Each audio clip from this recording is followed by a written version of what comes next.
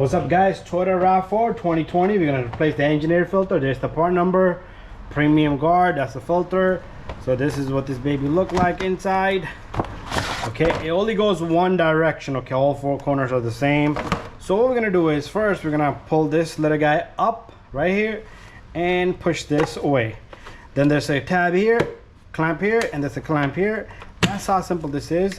And then you're going to pull this forward.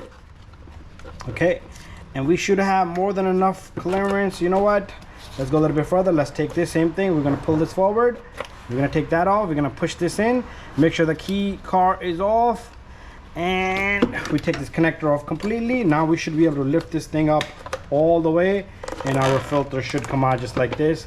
This is how dirty the filter is. And we're going to get the new filter, and we're gonna, if there's dirt and leaves down below, I'll clean it up, but I don't see nothing down there, and we're good to go. This filter sits in there nicely. The back two notches gotta go in, and very simple and easy. Once the back two notches go in, we should be able to,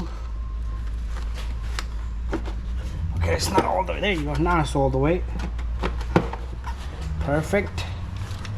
We should be able to put two clamps in. Something is bothering me, which is what? This filter might be too thick. Nope, it's just not sitting properly. It is in a spot, so it's just gonna get squeezed down and go right in. And the clamp goes right on, one and two. Bada bing, bada boom. You put this in, you put this in, and you put the connector clicks in just like that. It shouldn't come out. Bada bing, bada boom. Thank you for watching.